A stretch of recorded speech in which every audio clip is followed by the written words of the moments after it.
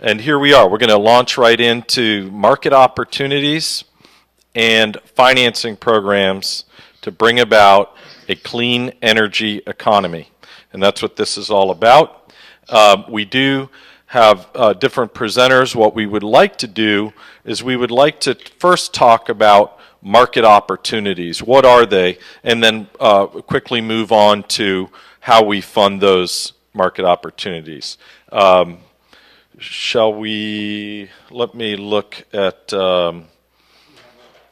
yeah. Well, why don't we start with Gil Sperling, Senior Advisor for Policy and Programs, Office of Energy Efficiency and Renewable Energy, Department of Energy. Gil? A ton of things I could talk about today in terms of opportunities from alternative fuel vehicles to building retrofits to distributed renewable energy generation, but what I chose to at least present quickly is a major initiative of the President himself. The President is a great believer in energy efficiency as the first fuel, or as the Secretary of Energy defines it, the fruit on the ground that we need to pick up before it spoils. Obviously, it's the fastest, it's the cheapest, it's the most reliable source of energy. The Better Buildings Challenge, when we go to the next slide, is a challenge established by the President to commercial building owners and managers, asset managers, portfolio managers around the country. And the goal is to reduce energy use in commercial buildings by 20% by 2020. And we have initiated a program. It does not involve a lot of federal money, but involves connecting a lot of the newly emerging financing and other mechanisms that are now commercially available in the marketplace with portfolio managers, and doing so working closely with state and local governments. So our challenge is a challenge both to commercial property owners, portfolio managers, as well as to communities to become part of it. The goal in accepting people into the challenge is replicable marketplace solutions. And that's really the key to this thing. We're looking for programs and methodologies that will work not only on the Space Coast, but will work on the west coast of Florida, will work in Louisiana, will work in California, will work in Montana. So these go across the board. They leverage a tremendous amount of knowledge and a tremendous amount of development. I'm going to run through quickly. I'm hoping we're going to make these slides available on the web for people to be able to view, so you can get more detailed information. So if we go down to the next slide, this was kicked off in February of 2011 by the President. The Secretary of Energy highlighted the program and the structure of the program at Clinton Global. Former President Bill Clinton, he's become very actively involved in taking up this challenge and trying to promote this challenge. And we formally kick-started the program with the announcement of our first partners and allies in December of 2011. Now, currently, if we go to the next slide, 60 public, private, nonprofit organizations, it's 21 commercial partners, 9 Better Buildings, Better Plants partners, 8 community partners. And that goes back to if you can pull together local governments in particular, working with commercial property owners and create a community plan and become a partner, there's a lot we can do. Together, about 1.6 billion square feet of commercial property are now part of the challenge, over 300 manufacturing plants. We have more than $2 billion in private sector financing that has been committed. And we've leveraged that with another $2 billion in money that we're going to put into federal properties using the super energy performance contracting and energy savings performance contracting models we have. So right now we're starting the program, and that was announced in December, with about $4 billion of investment in retrofits. There's some of the partners for you up on the screen. You see they're all over the place in terms of who they are, from banks to business owners, Best Buy, Nissan. It's really quite an interesting collection. And all of the entities there that own commercial property have made not just the commitment to reduce their energy use 20% by 2020, but if we go to the next slide, they're doing it quite transparently. Within 9 months of their commitment, they're submitting to us a comprehensive plan. A lot of them developed with consultants and a lot of experts in the marketplace for how they're going to achieve that 20% reduction. They have to commit to a specific timetable for taking the action. And importantly, it's all public and transparent. So their energy use The methodology they deploy, the investment involved, will all come to us in the form of reports that we will put on the web. So you'll be able to take what Nissan is doing and follow specifically what Nissan did and how it's progressing toward that 20% reduction. And that's something we ask of all of our partners. If the partners are not willing to, in essence, open up the books and be transparent, then they're not accepted as partners into the program. What do partners get? What a community gets? We provide an enormous amount of assistance. As you would imagine, when I mentioned that we're doing this everywhere in the nation, we are collecting the best models and the best practices, not just from around the nation, but from around the world. And we're making that information available to each of our partners in each community and in each company in terms of who's done what, how it's worked, because we're convinced that us trying to tell a property owner or help a property owner reduce energy is nowhere near as effective as getting somebody who's already done it and who talks about how they did it, what it cost, the approval process, every aspect of the deal. So we can provide that assistance. We can connect our partners, and our partners are those who agree to reduce the energy use, with our allies. So we have a set of financial allies and technical allies. They are performance contractors, they are service providers, they are companies who are providing some of the innovative financing tools. I don't know how many of you have heard of companies like Transcend and Metris and others, but these are companies who are providing the financing so that the retrofit of the building can be done at no upfront cost to the building owner. And then there are various payment mechanisms over time in terms of how that gets structured. But these are innovative and very interesting companies, and we will connect them with her. Finally, the recognition. And a lot of people sort of look at this and say, but let me tell you from the December event, when we had the CEOs of some of the largest companies in America and CEOs of some small companies in America who were standing side by side with former President Clinton, with the Secretary of Energy Chu, and with President Obama. Recognition means a lot. It means a lot in terms of the marketing. It means a lot in terms of the public profile. It means a lot to your employees and your community to get that kind of recognition from the President of the United States. So those are the things that we're offering into this program. I'm not going to go, I've got a lot of other slides. I'm going to leave them out there. But the thrust of this is models that work, dissemination of information, a commitment and a transparency with an overall goal of trying to bring in as much commercial property into the country as possible. So as we move through some of the other opportunities, then let's go back, and I'm going to talk about some of the financing and other mechanisms that we can help deploy, and hopefully we would love to work with the Space Coast and work with regional governments and local governments in this area, as well as commercial property owners who are interested in coming into this program. Thanks. Okay, Gil, thank you very much for that input. But I think to summarize is that energy efficiency or saving of energy is a huge opportunity for all of us. And we're going to go on to Danny Parker. And Danny Parker with the Florida Solar Energy Center is going to, again, talk about opportunities and real-life examples of energy efficiency and energy generation in practice. And then I think after Danny, we'll then start moving into, how do these finance mechanisms work? How can we bring them to be here in Central Florida? And we'll talk about that in a minute. But go ahead, Danny. It's great having you here. We appreciate the efforts you've made to make it back into town. Thank you, Danny. Thank you very much. So I'm going to, rather than talk to you specifically about finance mechanisms, I will talk a little bit about market at the very end, but I'm going to show you actually what this looks like when you succeed. In other words, Gil just described how important it is to demonstrate success, have that acknowledged, but also how to measure it. And here at the Florida Solar Energy Center, we're really big on measuring things, because I think if you measure it, if you're going to have a difference, you've got to be able to measure it and see it work to know that be able to convince the audience, and the audience could be the individuals and institutions that are going to finance you, that this endeavor is truly worthwhile. So we've developed this tool that's in the last year and a half called Energy Gauge Cost Opt, which is a hour-by-hour energy simulation using a model developed at the Department of Energy called DOE 2.1e. And it allows you you're looking at a screen where it just shows you some of the economic parameters that feed into it. What it doesn't show you is there's about 100 options that are available that you can specify. You can things like wall insulation, retrofit wall insulation, or add a solar hot water heater, or add a heat pump water heater, or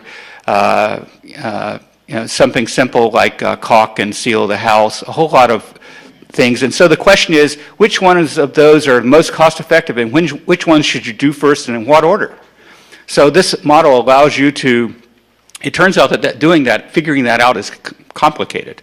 So after you specify the economic parameters that go into this and the cost of those various things, then it will give you results like these. And so this shows what the base electricity use in the house is. It's about 16,000 kilowatt hours. And what it decided to do first, it decided to wrap the hot water tank, increase the ceiling insulation, change 75% of the lighting to compact fluorescence. This case is in, we actually simulated this for Cape Canaveral. R19 ceiling insulation, this is an existing old house.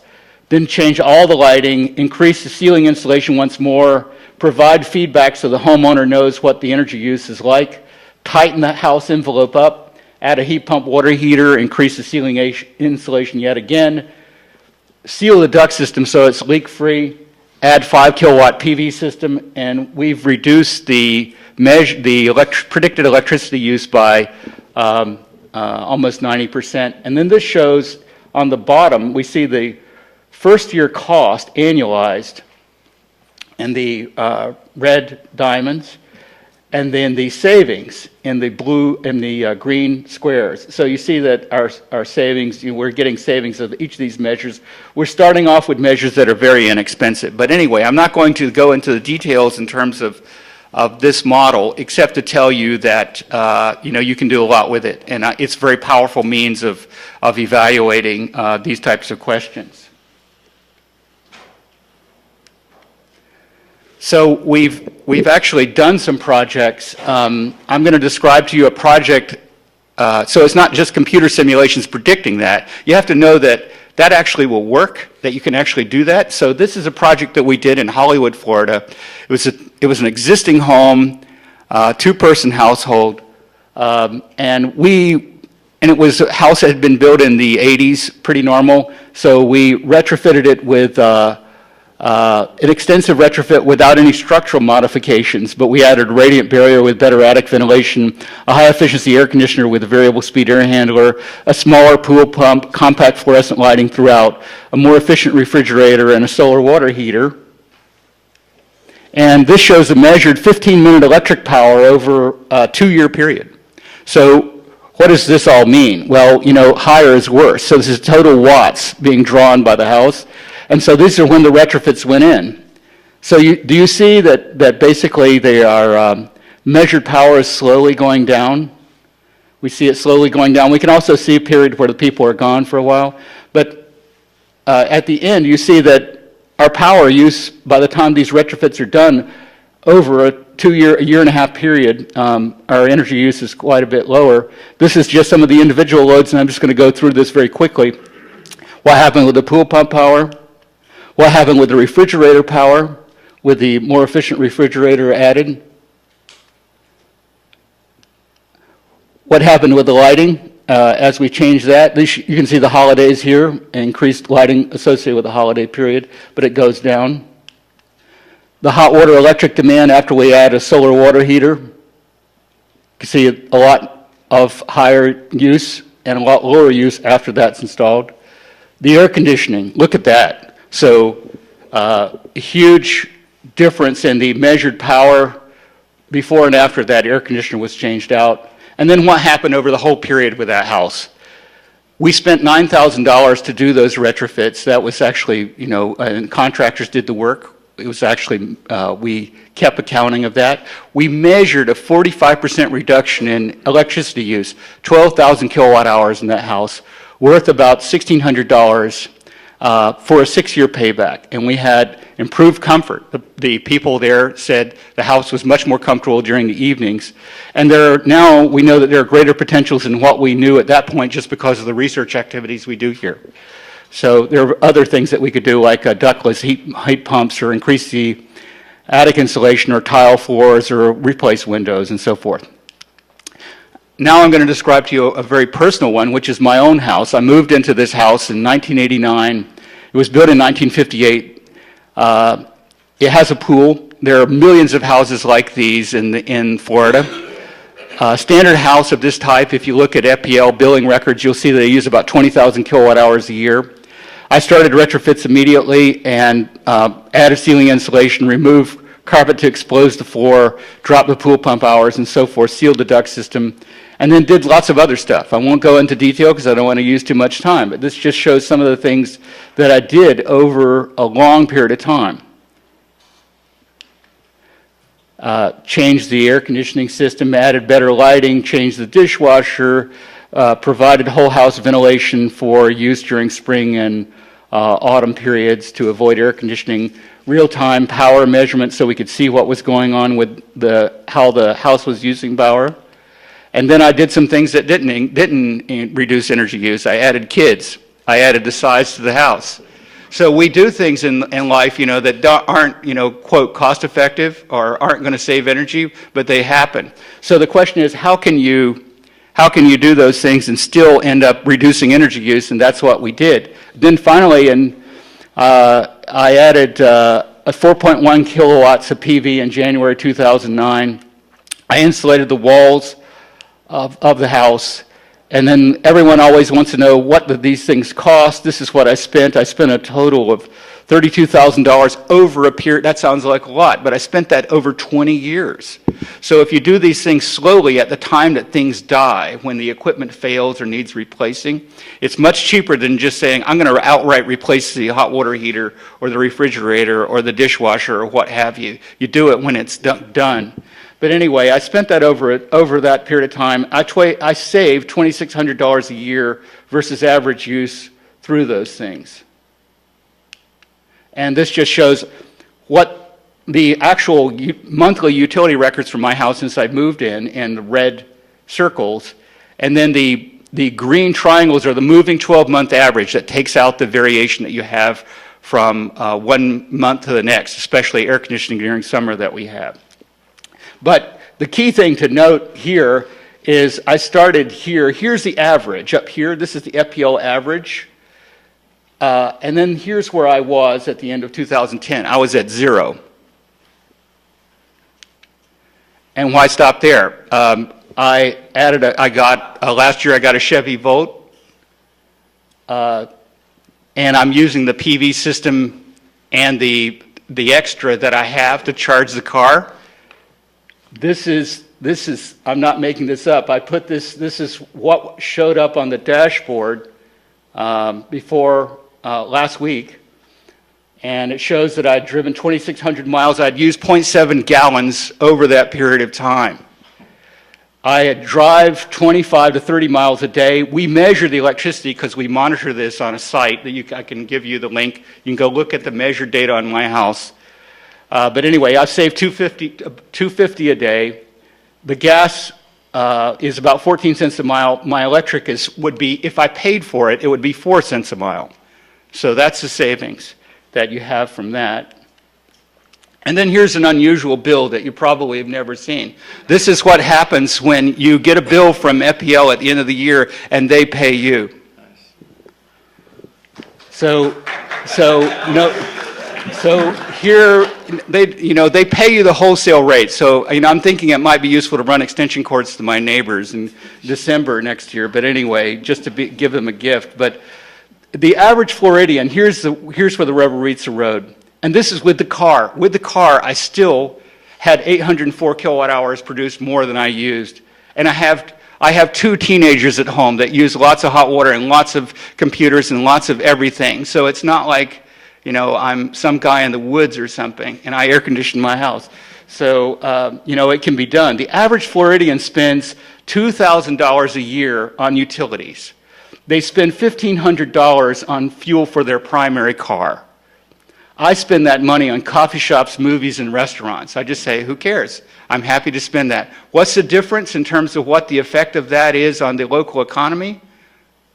Where do you think the money goes when you spend it for, you go to the gas pump and you pump that in? Or you spend for the utility? The utility is probably a better bet because more of that money is staying in the state at least. But a lot of that money is going to natural gas or some other fuel. So anyway, I'm not going to go into any kind of detailed analysis, but this is just showing like what are the jobs now that you create associated with your energy-related activities. Here's what they are. You have pumping gas, meter readers, and then it moves away from the U.S. And then what are the jobs that I had from what I did? We insulated, we installed PV systems, we replaced air conditioners, we bought appliances locally at Sears. This is, obviously this is going to make a difference in terms of what's happening for the economy. So this is it. Basically, I like to say, if I can do it, you can do it. It's not an imaginary thing just the computer makes up and says, yeah, we should be able to do this, or talking heads are thinking. This can actually be done. This is what I've done. And there's to show my age, there was a show that probably no one in this room remembers called The Life of Riley. I think William Demarest was the star, but basically he was interested in doing nothing, to have an easy life. But I think it's useful to end up with something like where we are able to save our money or use it locally and be contented and know that we're taking care of business and still be able to reduce our energy use and provide a better circumstance for our kids in the future. So anyway, thank you.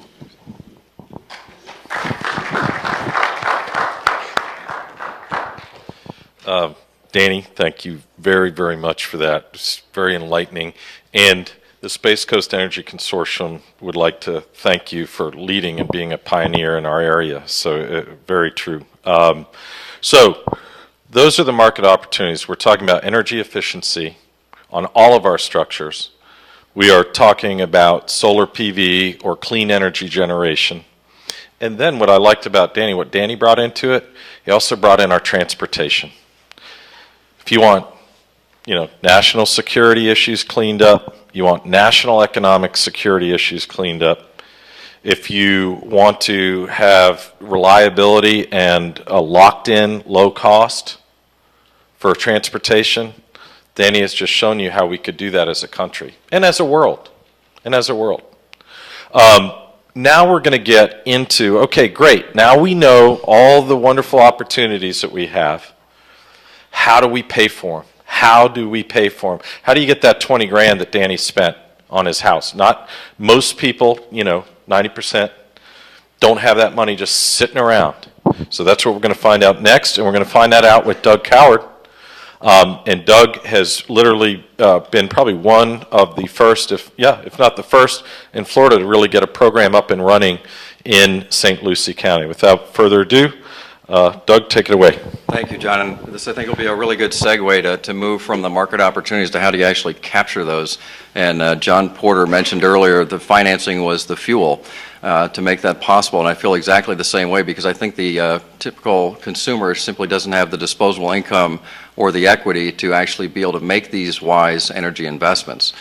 So what we did in the absence of any meaningful clean energy policies in the state was basically try and develop a bottom-up strategy. And that's where my work as a former county commissioner helped me kind of put that together in St. Lucie County, and we're now in the process of expanding that model.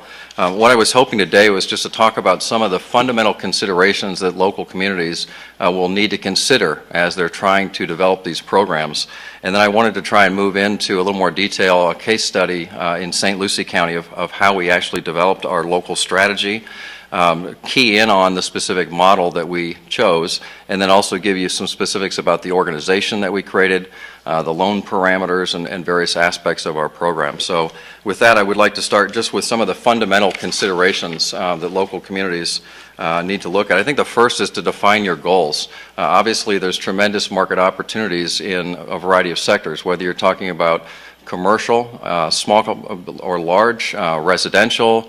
Are you talking about energy efficiency or renewable energy? Each of those may have a different strategy. So I think the first thing you need to do is identify what is it that you're trying to achieve, and then you can tailor your implementation strategies accordingly.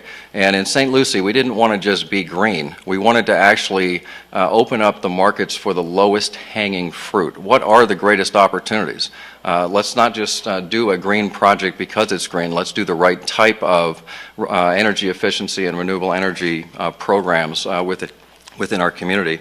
There's really two basic components of local clean energy financing programs. One is to come up with the financing itself, and there's different mechanisms, and John will be speaking about one option, which is PACE, and I'll be talking about a PACE alternative in a moment. And then there's also the collection side. Who administers and who collects on those loans? Those are some key issues, particularly in Florida, where local governments have been severely hit by the economy. Many have downsized by as much as 30 and 40%, and there's a need for public-private partnerships and outside entities. So those are all things that local communities need to consider. And I think the most important one is the economics need to work for all participants. And I feel strongly that if we're going to truly be able to create a significant demand for clean energy technologies, they need to make economic sense for the participants. They also need to make economic sense for the contractors, our banking partners, and the entity itself. But if we create a model that does not work in the real world and does not produce net economic benefit to the participants, I think your demand is going to be very limited, and your success will also be limited. So in St. Lucie County, what we did in terms of describing our goals, the number one issue was enhancing consumer access. Again, most people simply don't have the ability to invest in these technologies, and I would describe Florida's clean energy policies as trickle-down clean energy policy, because only the wealthiest few have the ability to actually make these investments and gain access to rebates and tax credits, be able to package it and make this work. So we felt that the key to opening up clean energy markets was to provide favorable financing. I have to admit that when I started this mission, I was focused almost exclusively on solar PV, but I kept an open mind, and as I worked with others, I was educated to learn that actually solar thermal was the most cost-effective solar technology and should be done before the PV. And then the next discussion was, well, wait, energy efficiency makes even more sense. That should be a prerequisite. So as we moved along, we actually have emphasized energy efficiency as the fundamental first step. And you'll find that it's so lucrative, and the rate of return on that investment is so short that it actually helps you make the renewable energy more cost effective when you're packaging it together. The other key is trying to promote the right type of renewable energy. And this is another frustration, because our utility was proposing onshore wind, which DOE had determined, in their basic models that it hadn't even met the threshold of commercial viability. But since our utility didn't do rooftop solar, that's what they proposed. We should be opening up the right type of renewable energy markets, and in Florida, that's solar PV or distributed rooftop solar. So our program is geared towards opening up the energy conservation, energy efficiency, as well as the preferred renewable energy options in the state of Florida, which is clearly solar PV. And then I mentioned also it's helping people gain access to significant rebates and tax credits that were presently out of their reach. And then the other really important issue is that we're not giving them money to invest in a luxury item that's going to cost them money. We're helping them make investments that can significantly lower their energy bills, which essentially puts currency in their hands and gives them the ability to pay the loan off over time. And we're finding already that for the more inefficient homes that have little insulation, older AC systems, we're actually making our clients money in month one, immediately, because of the significant drop in their energy bills. And so we're helping lower energy use, energy bills, and then also putting our local job sector, the hardest hit job sector, the skilled craftsmen, back to work in the process. When we set out to create a local clean energy financing program, what we did is basically look at what was going on all over the country. And there's some very interesting programs, in Sonoma and Boulder and town of Babylon, and many of them, the prevalent model is PACE, the Property Assessed Clean Energy Methodology. And we found some aspects that we liked and some aspects that we did not. But going back to that critical issue of making sure the economics work, One of the things that troubled us about the PACE was that the typical interest rates were in the 8 to 10% range. And when you begin to plug those interest rates into a business model for doing energy retrofits, and particularly solar PV, it will quickly crash your business model. And so whatever you develop needs to work in the real world, and that was one of the concerns that we found on PACE. We like the collection side, but we weren't excited about the bonding, the costly and cumbersome nature of having to go through that process, hire attorneys, possibly repeat it. And John's program actually has some alternatives to that, which I think is preferable to the government bonding aspect. But nevertheless, we decided to choose an entirely new model, which was to develop a nonprofit bank, a community development financial institution. And this is something that was developed back in 1994, had very strong bipartisan support in Congress, and was signed into law by President Clinton. And it's essentially a mechanism to attract and leverage private capital for a wide array of needy community development projects. And I think the most notable type of CDFI that you'll find are they're investing in affordable housing programs. And so there's over 900 CDFIs certified by U.S. Treasury in existence today all over the country. And what we did is basically take that proven model and expand it into the energy sector. And again, instead of doing the bonding, we felt that the CDFI gave us the ability to actually partner with private banks to generate the capital for the loan pool. And there's a variety of reasons why banks invest in CDFIs, which I don't have time to go into today, but we've been able to have significant interest from banks who helped us put this program together. They also serve on our loan committees, our board of directors, and are actually a key partner in this overall program. The key distinction between the Community Development Financial Institution and PACE is that PACE is a land-secured assessment that stays with the land. And that's, of course, what the Federal Housing and Financing Agency has objected to and is now in federal court and is particularly troublesome on the residential side. Our program is not an assessment. It is a loan. It's a consumer energy loan. So it's not tied to the mortgage. We don't need permission from FHFA, Fannie and Freddie, and that's the reason why we were able to move forward despite this national debate and problem that's associated with the PACE program. So if you're interested in learning more about CDFIs, I'd encourage you to go to cdfifund.gov. It'll give you probably more information than you want. Our model is not exclusive to St. Lucie County. I think there's the ability to develop green CDFIs all over the country, and I think the preferable method would be to take some of those 900 existing CDFIs, have them broaden their mission and expand into consumer energy loans rather than trying to do all of the startup cost. Really quickly, the mission, we created a nonprofit organization. We've already submitted our articles of incorporation, our bylaws. We've got an application pending for a 501c3 status. And our mission is, again, is to enhance consumer access to clean energy solutions. And the two basic things that we do is provide energy education, and we do that in the form of a free energy audit up front, and then the favorable financing. So we help educate homeowners about what are the most cost-effective types of improvements that you can make, and then we provide the favorable financing for them to actually invest in those recommended technologies. But some of the other issues that we focus on, CDFIs have a particular emphasis on low and moderate income communities. So we're not bypassing the working poor, we're actually focusing on trying to have the working class people benefit from these technologies. So that's another key issue. What we offer right now are low interest rate loans that are fixed at 4% APR. We're currently only working in the residential market, though we've developed new commercial lending policies. Once we become certified as a CDFI, bring in additional private capital to expand the loan pool, we'll be expanding into the commercial sectors as well. I mentioned that we provide a free energy audit that actually costs $400, and I thank the Florida Office of Energy for the grant that helped us secure that. Our total upfront cost for the program is currently $25. Now that will likely change. We're currently doing a business plan. In fact, I'd like to introduce Lauren Simkolak, who's in the back. She's with a national consulting team, Social Enterprise Associates, is in working with the Solar Energy Fund right now, doing our market research analysis and business plan. So make sure you get an opportunity to meet with her. The other issue, in addition to the interest rate, is the term of the loan. we try and stretch out the term of the loan as long as we can to try and minimize the monthly payment so the energy savings is actually exceeding the loan amount.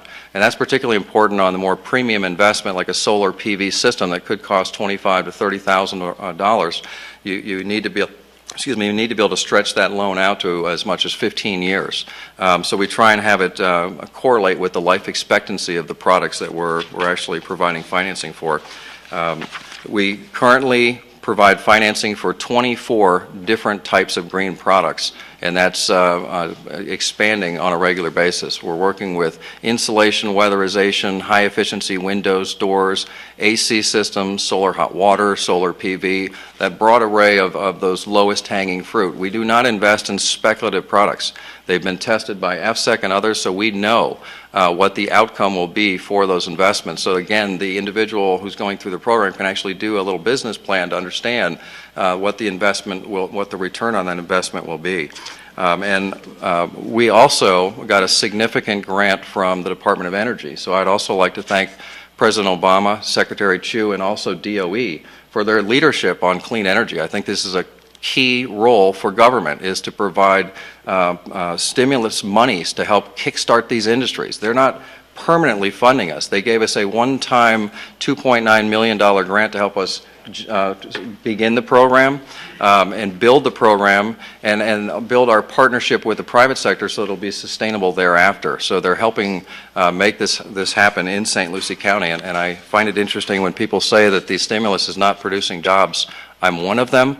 Our team is one of them, and we're helping the hardest hit job sectors in St. Lucie County as a result of the stimulus that was passed by the President of the United States and implemented through the DOE. Quickly on a status report, to date we've been up and running about 10 months. We've done 67 loans, 150 plus energy audits. Total loans so far about 640,000, and we probably have about 20 additional loans in the queue right now due to some, we just changed our auditing, or actually offering them for free. So we went from doing one audit every 3 days to bringing in 285 new clients in about 7 days. So the audit is a big piece of this as well. Our average size loan is about $10,000, and the typical type work we're seeing is weatherization, insulation, duct work, and there are some, a handful of solar PV projects as well, although we'd like to do a whole lot more of those in the near future. And then lastly, I just want to emphasize that we don't tell our clients who to hire, but we do certify our contractors to make sure that they have the proper licensing and that they've got a strong track record, and then ultimately the client will go through a competitive process of bringing those individual companies in to give them bids, and then they select what products and what companies to hire. And more than 80% of the work that we're helping create is happening in our local community, and we actually had one of our outside companies from South Florida just relocate into our community to set up new office and hire new people in St. Lucie County. So with that, I'll conclude, and I thank you very much for the invitation to be here.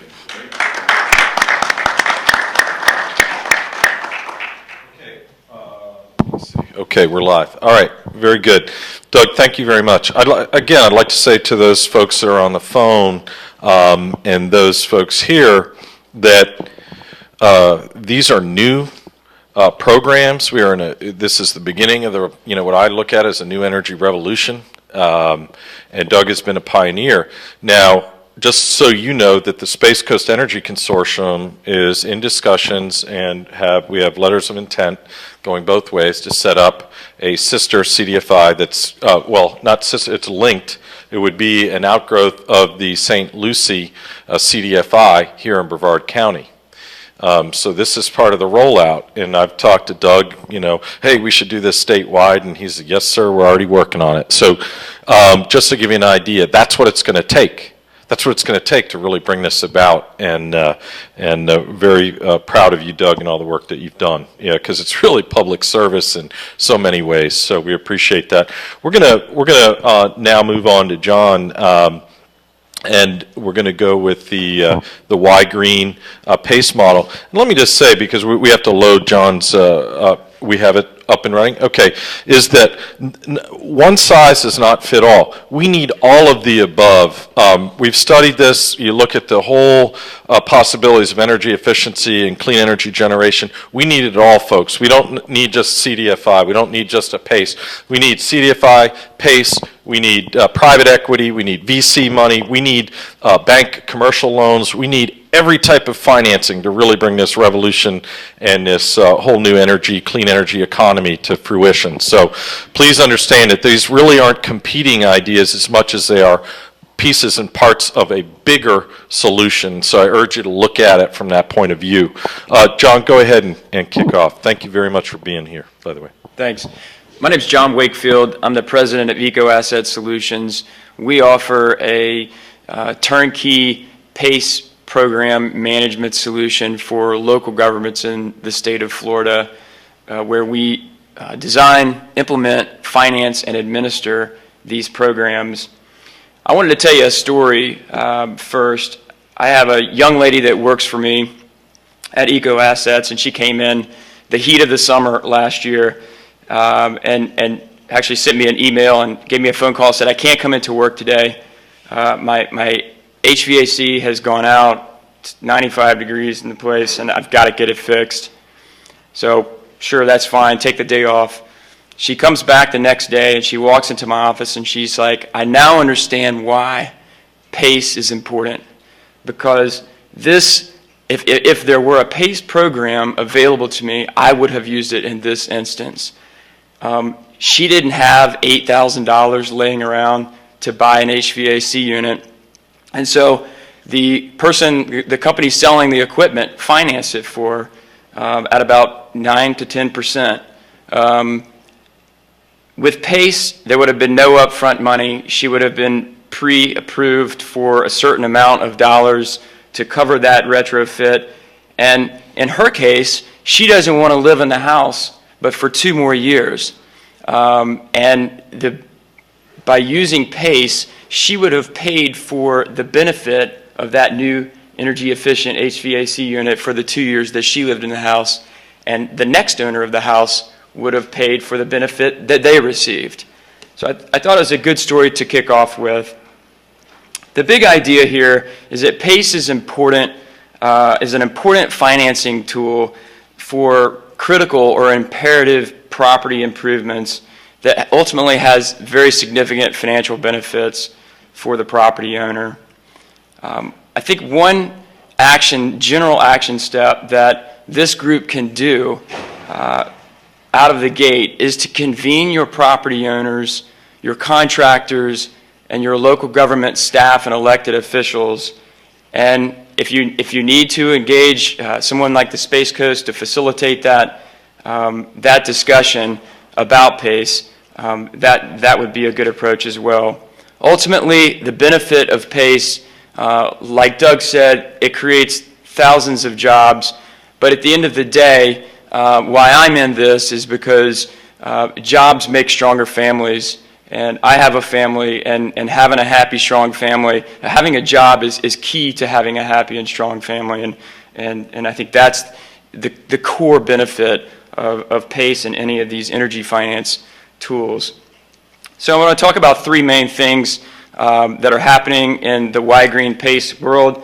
First of all, we won a contract down in what's referred to as the Green Corridor in the Miami area. That program is launching. It represents an interlocal agreement between several cities there along the US 1 corridor. That program is not costing the local government anything. There's no funding requirement for that local government. It doesn't use the local government's debt rating. It doesn't use their balance sheet. And the best part of it is that, particularly for this group, is that program represents an opportunity for you to leverage a public contract that's in the public domain from which you can learn from and develop your own PACE program. The second thing I wanted to cover is really what's working. What are some best practices that I see as I really cover the state, I'm sure like much of these other gentlemen do, and other folks in the business, talking to municipalities and county governments and state officials, you start to get a feel for really what works best in terms of implementing a successful PACE program. The first thing that I would say is that, again, your contractors and property owners really need to organize, and they need to let the local government staff and elected officials know that this is important to them. Those property owners and those contractors represent votes, they represent campaign money, and the elected officials and staff will listen. And you need to organize that voice and make it heard. The second thing that I would say that's a best practice is that we found it that when local governments partner together through an interlocal agreement, like they did in the Green Corridor, like many other local governments are talking about doing across the state, it creates some synergies, and there's an opportunity to gain some safety in numbers and working together, and I think that's ultimately important. One thing that best practice has going for it is there is an example in the Green Corridor to follow from. There's an interlocal agreement that you can reference. There's staff and elected officials and lawyers that have been through this, and they will impart their knowledge to you. The other thing that doing an interlocal agreement between multiple municipalities or counties allows you to do is it allows you to gain some scale.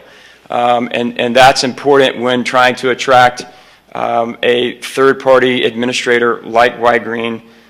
One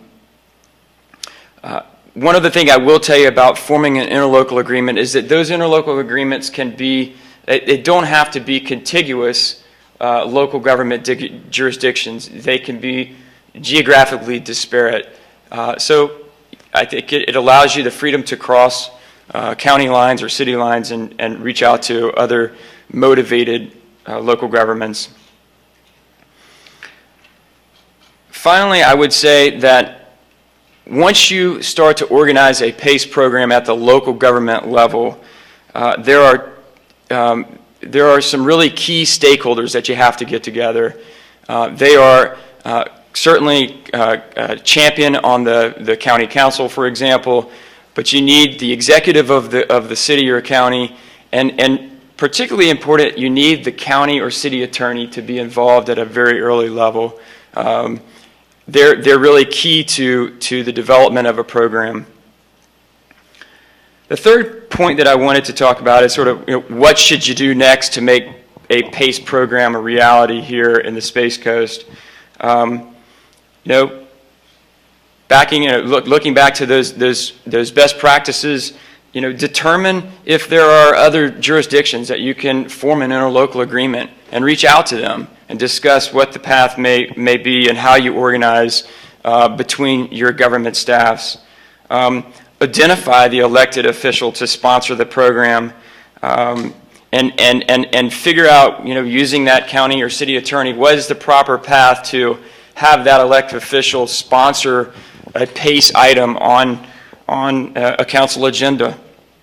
And then finally, organize those key staff stakeholders, and what will follow that is really a PACE workshop, is what we refer to, where you get the finance and budget office together, you get the county attorney at the table with the county administrator, you get the sustainability professionals in the city and the urban planning people and the housing people, and you sit down all at one time and you commit some time to workshopping the program and use a facilitator.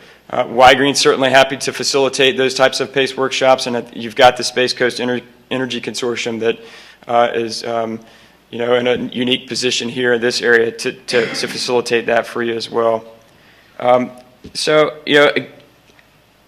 end result here is that your PACE is going to ultimately represent an imperative financing tool that you need to generate significant financial benefit for contractors, property owners, and the local government.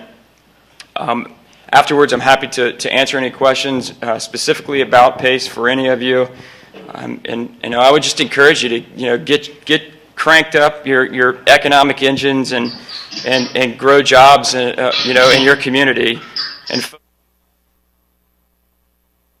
we'll have the opportunity to have a better financing mechanism in place for important property improvements like her HVAC unit that's gone bad.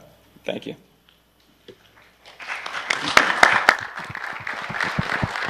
Okay, and John, it really is good having you, and you really are a leader out there and moving around the state, and you can tell that John's heart is in it. He's a businessman.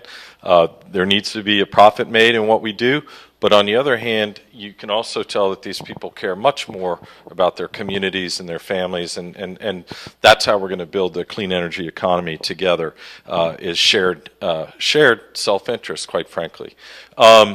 I do want to say that the Space Coast Energy Consortium has been awarded some grant money from the EDA to work on this program, and the county, Brevard County, actually, we're working very closely with staff right now, working on an RFP, or request for proposal, for a PACE program for Brevard County.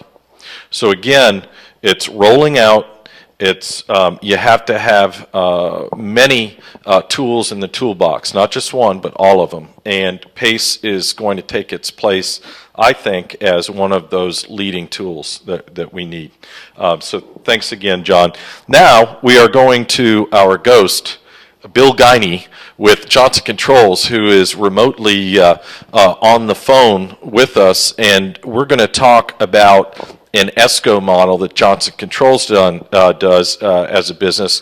And the Esco model is an energy services company model, and we will certainly have Bill perhaps outline how that works. And that has been a successful model now for many years, and has normally worked for larger users of energy. Go ahead, Bill. Hopefully we're going to bring you in from the ether. Are you there? Hi, this is Marcia Elder, Future is Now Foundation, and we're delighted we could help in providing access for Bill Guiney's presentation through the webinar. He's not on the phone, he's on his computer through the webinar, and let's get him unmuted, and we understand that you have his slides in your slide deck. Bill, are you here? Yes, I am. Thank you, Marcia. Can you all hear me okay? A little bit louder. All right, how's that? Perfect. Okay. Good morning, ladies and gentlemen, my friends and associates, and of course that great staff at FSEC. I'm really pleased to be with you today, even though it's remotely, and we'll take advantage of this technology. I joined Johnson Controls 5 years ago because I saw the opportunity as a solar guy for 25 years to integrate renewables into an energy performance company, and it's been very good for me. It's been very good for our industry, and we've had some great opportunities both with the DOE and with the Department of Defense that can take those risks that normally cannot be done by municipalities and others.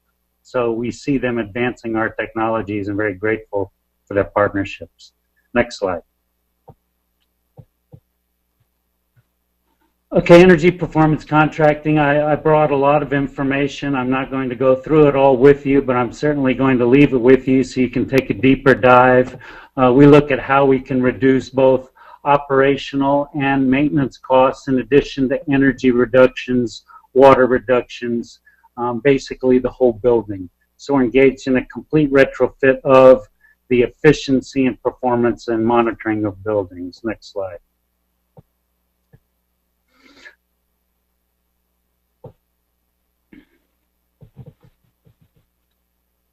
Our business model is pretty simple. Like most energy performance companies today, we start out with a clean slate of paper, walk into a building and do an energy audit, determine where we can get savings, see what is feasible, get the customer to buy into that deal, do the complete energy audit, gathering the information we need to bundle up a performance contract that makes sense for the consumer. Also, we provide that savings guarantee as well, which is a little unique in our business as well. So we look at everything as far as the operation and maintenance of a building. Next slide.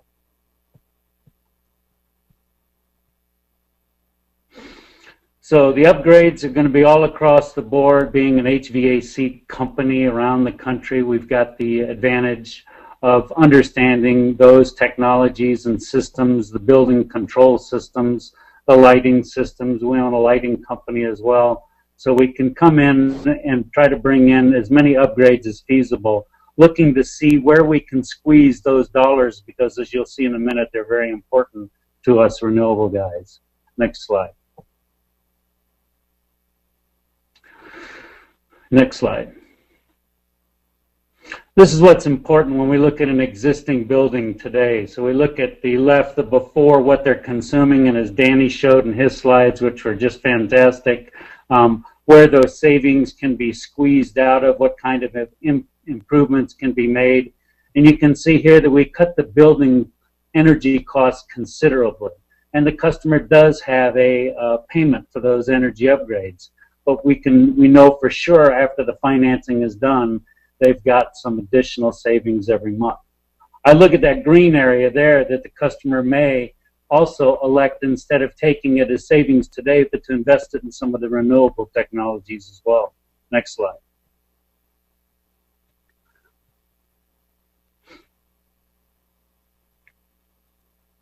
I think we got to go back one slide, I'm sorry. Here it is right here. That shows those energy savings in the middle, and that buy down I can use for renewables as well. And after that payback happens with the customer, then they're able to enjoy all of those savings as well, as Danny clearly pointed out on a residential sector. This just moves it more into a commercial sector with the same type of model, just a little different financing vehicle. Next slide.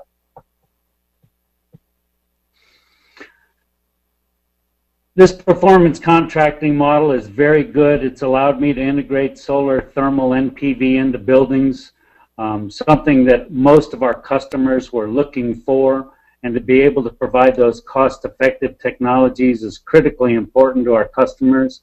Although today it's very difficult to compete. It's very difficult to compete in some states that have policies that really kind of prohibit performance contracting or prohibit distributed generation, or don't have competition in retail energy sales, and things like that are very difficult. And obviously our PACE financing has been a problem, but it looks like we've got some new models on their way from our previous speakers, which is very good. Next slide.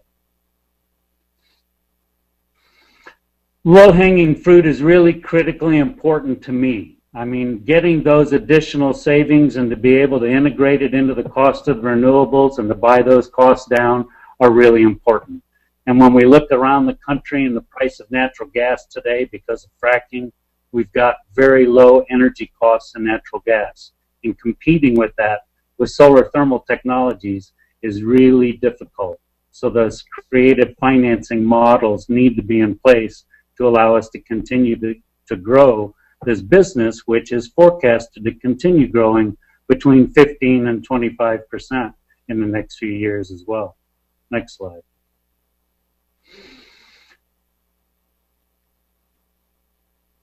Solar water heating financing is one of the things I'm working on right now to make sure that we can build a financial model to allow a consumer to buy and purchase or own a solar water heating system.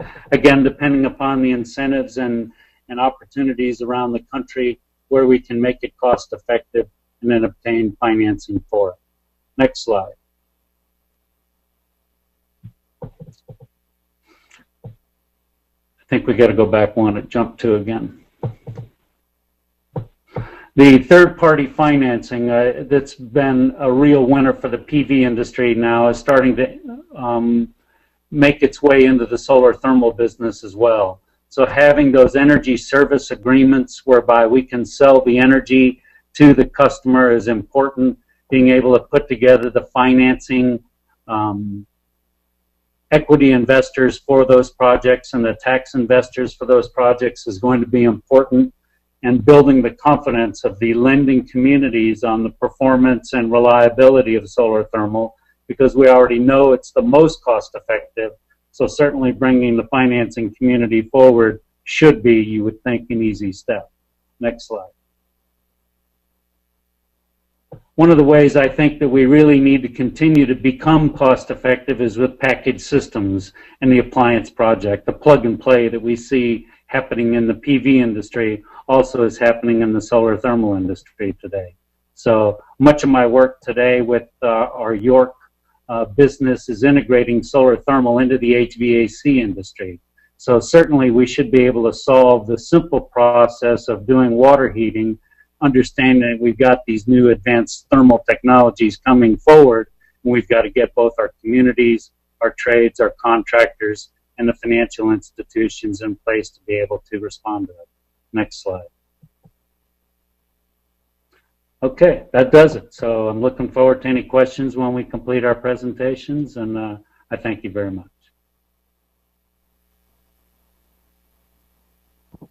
Not bad for a ghost, huh? All right. Good having you on the phone with us, Bill. Thank you so much. I think what we're going to do is I'd like to close the financing mechanisms with Gil, go back to our representative from the Department of Energy that actually flew down from Washington, D.C. last night just to be here for today, and we appreciate that so much, Gil. Would you kind of close this up and tie this in a nice, pretty package for us as far as the financing, and then we'll go to discussion and questions. Well, we'll try to tie it up. You've heard a lot of mechanisms today. Y Green is one of our partners in our Better Buildings challenge and our program, and we very much appreciate having them there. The CDFI model revolves a lot around a new markets tax credit that the Congress has passed. There's a new round of new markets tax credits being made available in March that will support a lot of these community development. Mentioned earlier that there are production tax credits and investment tax credits in the solar and wind and renewables. There are a whole series, as you know, from utilities, various rebates and incentives that are directed at buying down the cost of energy efficient appliances and installations. In addition, through the stimulus money that's provided the grant to support the Solar Energy Loan Fund, we've distributed about $6 billion through the State Energy Program and the Energy Efficiency and Conservation Block Grant, and there's about $800 million to $1 billion of that has been put into revolving loan funds. So it's extremely low interest money that's being made available for energy efficiency and renewable installation across all sectors of the economy, residential, commercial, and industrial. We're beginning to see, as an additional financing mechanism, loan loss reserves.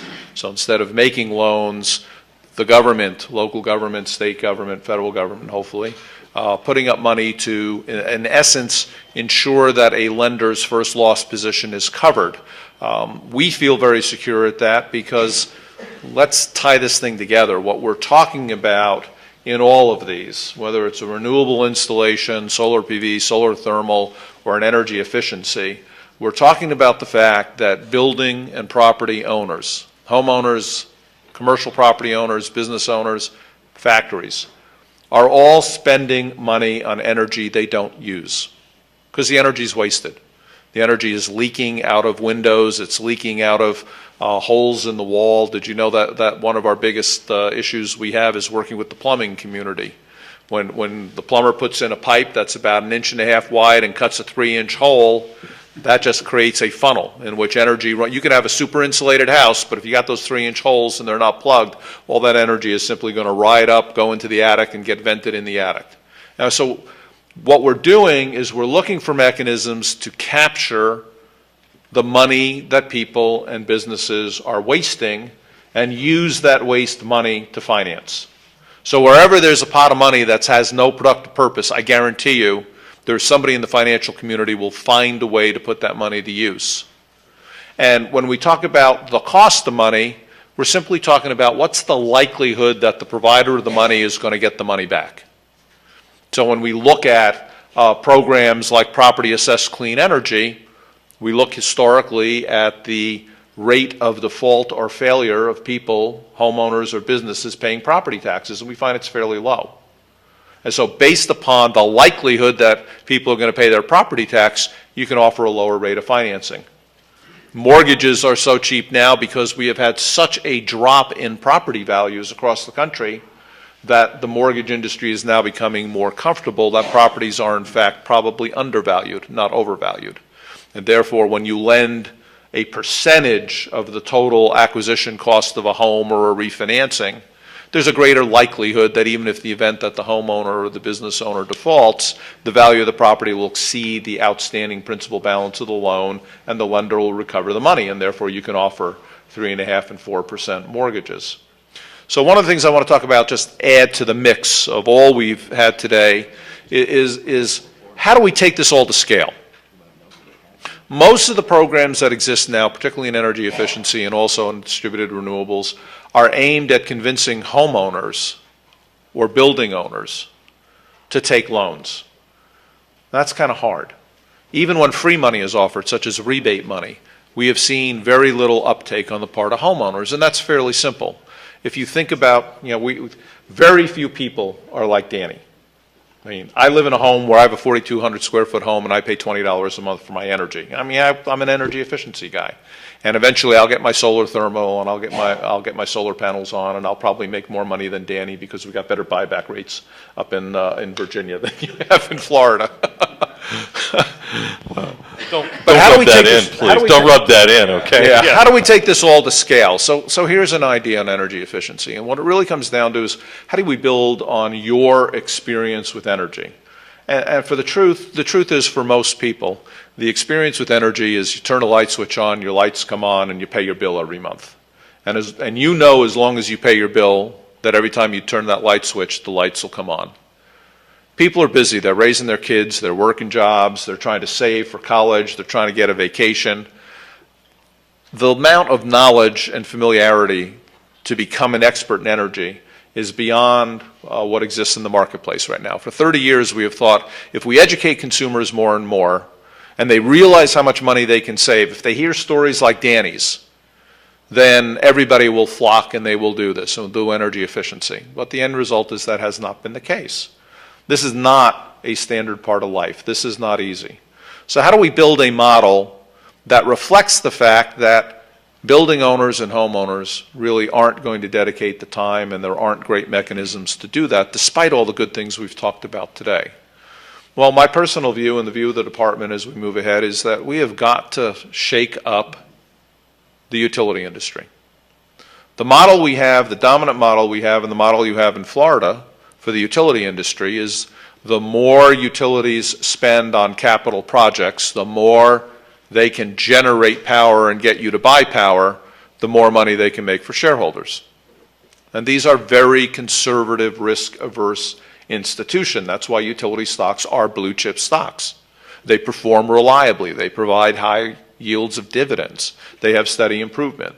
So for utilities, that model of trying to get you to use more energy is the absolute converse of where we need to go as a nation. If we're going to meet our challenge in terms of climate change, if we're going to put millions of people to work retrofitting buildings and creating solar distribution networks, we're going to have to change the utility model. Utilities should have no interest financially in the commodity they sell. They should be, if not positively affected by reducing energy sales, at least neutral energy sales. They should make no money selling energy. Their incentive should be, and I would argue if we structure it right, it could be, their incentive should be that they would make more money by selling less energy. So how do we get utilities in the energy conservation? I'm going to throw out a model.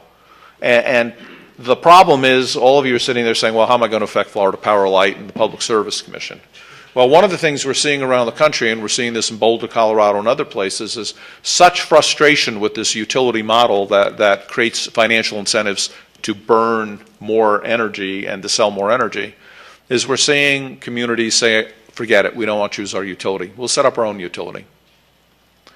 If you set up a utility structure in which the utility, instead of its obligation being to provide you reliable power, its obligation would be to provide reliable power to your efficient building, and we put the burden of energy efficiency on the utility, then we can create a model in which, as part of its service contract with you, as part of that I know if I flip my light and I pay my bill, my lights will come on. Well, in addition to paying the bill, you got to let the utility in the door. Let them do an energy assessment. Let them upgrade at no upfront cost to you your building. Let them reduce the energy use in your building by 20, 30, 40, or 50% using the right technologies under certified standards. The utilities can contract with companies like Johnson Controls and other service providers who are highly trained and highly qualified to do this work. The contract that Johnson Controls gets from the utility can be sold to a trust. And that trust can aggregate contracts across utility systems, not just for Florida Power and Light, but across multiple states. The utility then will collect from you an energy efficiency rate. And that rate is designed to lower your bill from day one, just as the model that Bill put up in his slides. So you have a savings built in, but that rate also captures the cost of paying the upfront cost of the retrofit. And that money then gets remitted through a mechanism to the trust. So the trust has a stream of revenue. It's provided the financing up front for the work to be done. The owners of the trust, and these things can be securitized and sold in secondary markets, receive a return on a steady basis. There's a high degree of likelihood because the one thing that people pay more than they pay property tax is they pay their utility bills. If you look at the bankruptcy code, bankruptcy is a horrible thing if you're a vendor, if you're in business, or if you're a homeowner. But the one thing that's routinely excluded from bankruptcy is the utility bill. Everybody keeps paying their utility bills even when they're in bankruptcy. So we know the default rate is less than 0.5% on a utility bill. So by attaching this to the utility bill, we create a steady stream of revenue. Cost of financing can be extremely low. We can create a closed loop that does this across multiple jurisdictions and multiple areas. But the key is to challenge policymakers. It's to challenge your local government officials, and it's to work together to create mechanisms. Now, all of the other mechanisms we discussed today can be used within that. You could use property assessed clean energy. You could use a CDFI model, and other models will all work.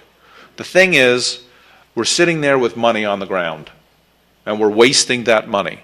And the goal is to create a mechanism and a structure that will pick that money up, put it to use, create an enormous amount of employment, improve the comfort of your home, improve the competitiveness of your business. We have that kind of opportunity. It adds up when we look at across the country. My goal, it's small, it's every building in the country, every commercial building, every residential building, every manufacturing facility. It'll cost $1 trillion or more, which means this is a huge area ripe for investment, which is why I spend so much of my time with Wall Street and why Wall Street is so interested in this. But the work has to be done in the community. You have to decide that you want to do this. You have to pull together on a consortium basis. That's why I'm here. It's because of the Space Coast Energy Consortium. And the idea that here's a community that if we can support, we have a chance to grow. So I hope that helps a little bit, and happy to take questions.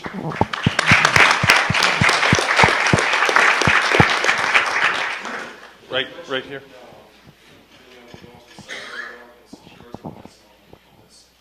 Okay, you know what I'm going to do is because we're on the webcast, do you all mind just walking up and talking into the microphone? We don't have long enough cord, or else I'd bring it to you.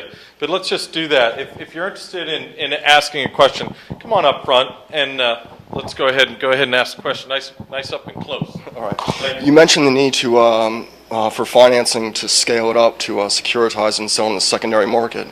In December, when President Obama announced that public-private partnership, they interviewed Richard Parsons, chairman of Citigroup or Citibank, whatever it's called these days. And they asked him a simple question, which was about securitizing these. And he said that there's not enough data at this point to market this to institutional investors. And I was wondering, do you agree with that, or do you think that signs that, Warren Buffett with Mid-America just did that deal the other day, is that kind of like a counterbalance, or what do you think? I was there and I heard that question being asked, and I know he felt bad that he didn't have enough time to really go through it. It's more than just not data. It's part of it. Because the focus has been on individual homeowners and property owners, And because these programs are so diffuse, they are essentially at the local level, they have not been set up on a consistent standardized basis, there's no real package to securitize. If you look at the residential mortgage market and you look at the rules under which mortgages are issued, my mortgage loan in Virginia is very similar to your mortgage loan in Florida. Matter of fact, the documentation is standardized. So the underwriting standards and the criteria on which the loans are issued, the repayment, the secured, how the property's lien is put in place are very, very similar across the nation. And that allows somebody to bundle into the $100 million, $200 million, $300 million packages, which are essential to securitize. We don't have that in energy efficiency. We're getting there. We are working very aggressively with the state of Pennsylvania. The Pennsylvania Treasurer set up something called the Keystone Help Program, which has been helping homeowners for 15 years. They put together about $25 million now in standardized loans, very, very small, but they've been negotiating the sale of those loans into secondary market. And the market appetite is becoming interested. I think that sale will happen. So we are looking at ways of how we at DOE can work with communities to standardize the terms of those loans, to make them consistent, to put more data into the marketplace so that lenders are comfortable that, in fact, energy efficiency provides a net positive return, which we all know, it's common sense, but you'd be surprised how little data there is to actually prove that. The things we're talking about here in terms of CDFI, property assessed clean energy, what I've talked about in terms of utility on-bill financing, all of these things can be done across a broad geographic region. We can bundle this into the tune of hundreds of millions, if not billions of dollars. The trick is to do it on a standardized basis. One thing that I would like to do at DOE is take this $800 million to $1 billion we now have in revolving loan funds in 2,300 states and counties and cities across the country, and essentially create a third-party administrator who will standardize the terms under which those loans are made. It still leaves room for local prioritization, but if we can get the underwriting criteria to be similar, the documentation to be similar, we can then package and bundle and then sell those loans in the secondary market and obviously create greater liquidity, which will result in more business activity. So this is an extraordinarily high priority, and I thank you for the question. Okay, I'd love to do that, but we've got other people, and we'll try and come back around and get to that. But please introduce yourself as you ask your question. I'm Carter Taylor. I'm with Clean Footprint, and basically you answered my question, so I'll pose a different question. And please, you're addressing it so they know. To Doug Coward. My question is, as Gilbert said, you're making loans and you expect to get repaid. How do you get repaid? And how's that affected by the demographic of your customer who may have a residency, a low-income person has a residency of 5 to 6 years. When the residency turns over, how do you collect? Is it secured? Not secured? No, it's secured, and we're basically getting monthly payments from our consumers. And on the issue that relates to PACE, which stays with the land, and the loan that's with the customer, it's a different model, but I don't think there's a major difference between the two, because if you're taking a loan to make an investment in the property, you have increased the equity and the value of that home. So when you do sell the home, that's where you would recapture additional revenue to pay off the loan, and you move on at that point. So it's a different option, but I'm not sure that one's preferable over the other. But clearly, the return on investment in terms of market value for green investments is substantial. So that is where you're going to recapture it. It's just a different mechanism. So to summarize, you're relying on value creation and moral suasion for repayment rather than security. Is that? That's fair. Do you have any longitudinal studies on rate of loss? Right now, out of our 67 clients, I think we've had maybe 1 or 2 that have had some late payments. We've had no defaults to date. I'm sure that will change over time, but I think it goes also back to a key point. I'm a little off topic, but I wanted to segue back to Gil had mentioned the Loan Loss Reserve Fund. If the state of Florida were able to establish a loan loss reserve fund, that could be used in conjunction with programs such as ours, and also leverage significant private capital, typically at an 8-to-1 or even a 10-to-1 ratio.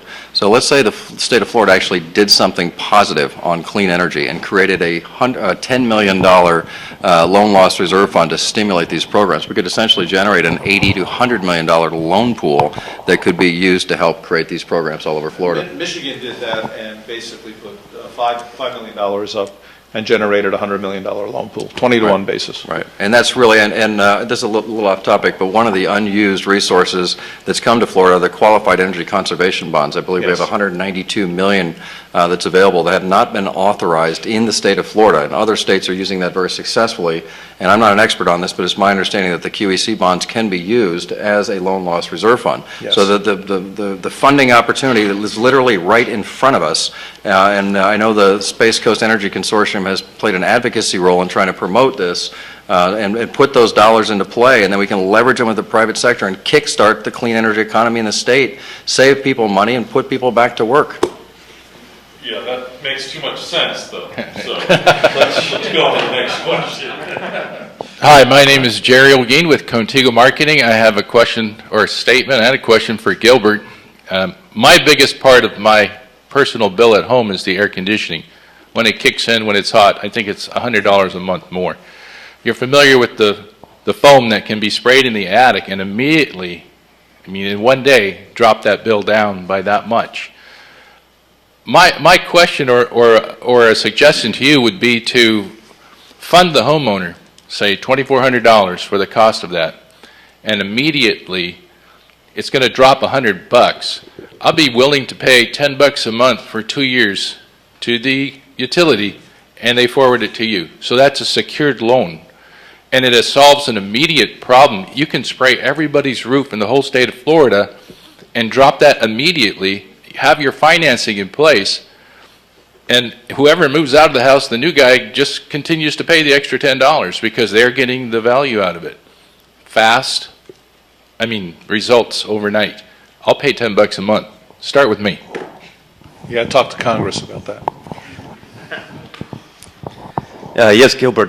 My name is Bill Stinson. I'm with the Space Coast Energy Consortium, but I'm also a property owner that's looking to do a public-private partnership with the city of Cocoa Beach. They're looking to build new fire station and police station possibly on my property. And the question has to do with the better building challenge you have. You said it was basically a retroactive fit to make buildings more efficient. What I've been talking with Cocoa Beach about is possibly having a new construct, with a lot of these efficiencies built in. Are there any programs that may help fund even municipalities and public-private partnerships for new construction? There actually are a ton of programs available through the utility in terms of new construction. And so let's talk afterward in terms of we'll get you some information from our buildings program, which can help you with that. But yes, there are programs available, especially would help municipalities in terms of their municipal facilities. My name is Stephen Webster. I'm with MW Consulting in Tallahassee. This is sort of a two-part question, one for the group as a whole up front and the second for the ghost. The part up front is this, that historically we've found that energy opportunities such as you're talking about can cause both private equity and individuals to delay action as they wait for the government incentive or payoff to come into play. I'd like to know how you're addressing that action may be delayed while people wait for these programs to come into play. The second part is that I think the JCI program deals with that because it is a direct customer to company relationship, but I was hoping the ghost could better explain how the savings are instantly realized on the JCI program. In other words, how you save money right off the get-go and who's actually eating the cost of making the improvements and how those are financed. Well, let me go into this issue of sort of forestalled appetite. I spent 18 years as general counsel of the Natural Gas Vehicle Coalition. Now, for 2 years, we had pending before Congress legislation to provide a 50 cent a gallon tax credit on the purchase of alternative fuels and substantial tax credits for the purchase of vehicles. And that largely applied to commercial and other type fleet vehicles. Those fleet owners were very keenly aware of the pending legislation, and sales dried up. Nobody sold vehicles, nobody sold fuel, waiting for the tax credits. When the tax credits passed, there was a flood in the marketplace. And we've seen that in terms of solar, wind, et cetera, very dependent upon the government incentives. I would say in energy efficiency that has not been the case. We have been trying since the days I made money sitting in people's cars in gasoline lines, back in the 70s to help finance my law school career. We have been waiting for a long, long time, and we have had an incredible amount of programs out there, again, trying to convince consumers this is a good thing to do, but we haven't had much in the way of uptake. And I don't think we will see the uptake until we put these broad-based programs, not because people are waiting for them, it's just that people don't have enough knowledge or information, and their lives are too busy. And I think Bill can talk about performance contracts. Yeah, Bill, can you talk to us right now from the ether? Are you there? Yes, I can. And that's a very good question, is how do you see an immediate savings? And a lot of it has to do with what is available in the state and the community and the utility for incentives for the customer. And if you can find the right program and match it with the efficiency measures or renewable measures, get the financing put in place, it's very feasible that the cost would be lower than the savings each month. And Danny has shown that clearly with his own home. So it's going to be the same model, only on a significantly larger scale. And this business, in reality, is not worth tens of millions. It's worth billions of dollars in jobs around the country. Okay, Doug Coward wanted to add on. Just a real-world example of one of our clients who came in the other day, and I hadn't seen anybody so anxious to hand me a check. And we asked how was the investment that was made in his property, what were the results? And the participant was indicating that his utility bill had gone from $380, and he'd averaged this out over an extended period of time, so it wasn't just seasonal. But his bill had dropped from $380 down to about $150. And so he was immediately saving approximately $200 a month in his loan, in energy savings. His loan payment to us was about $125. So he's actually making money in month one, and the investment he made was less than $10,000. It was starting out with a very old, inefficient AC system, had no insulation, and we basically put a basic package together for under $10,000 to get a high-efficiency AC installation, some ductwork, and the payoff was immediate. And they're also hiring local people to do the work in the process. And there are literally millions of houses and buildings across the state of Florida waiting to have those inefficiency mined from them for us to take advantage of. And going back to the point about people delaying, I think that's the result of our current policy. That's what we've been doing, is delaying this decade after decade. The idea is to give people access to the market. And so I don't think our program is delaying it. It's providing a kickstart to actually access it and gain from it, right? Okay, well, very good. Let me just say this. There's over 100 million homes in the United States of America, 100 million homes. So we were talking about business opportunities. That's just talking about homes. That's not even getting into commercial structures and transportation, which we also talked about. That's also multi-trillions of dollars over the coming years. So there's huge opportunity, and there are new and some older mechanisms coming to the fore. Very exciting and great to have such a distinguished panel with us. We're going to have our webinar folks sign off at this time. I think that Marcia wanted to make a quick announcement, so go ahead, Marcia. Great, thank you. A couple of quick announcements. One is that excellent session, and we have recorded the program. It will be available on our website, energysmartplanning.org, very shortly. So if folks can let other people know so they can have the benefit of the program that you have just experienced, just go to the on-demand tab under energysmartplanning.org. And secondly, we are hosting on March 13th a panel online of 3 attorneys on the legal side of energy financing. There is no charge for any of our programs. We welcome you to join us by webinar. And for those folks who are now today with us by webinar, the evaluation form is on the website under the webinar tab. Thank you so much. Thank all of you for being here and staying with us through thick and thin. Thank you to our board. Let's give them another round.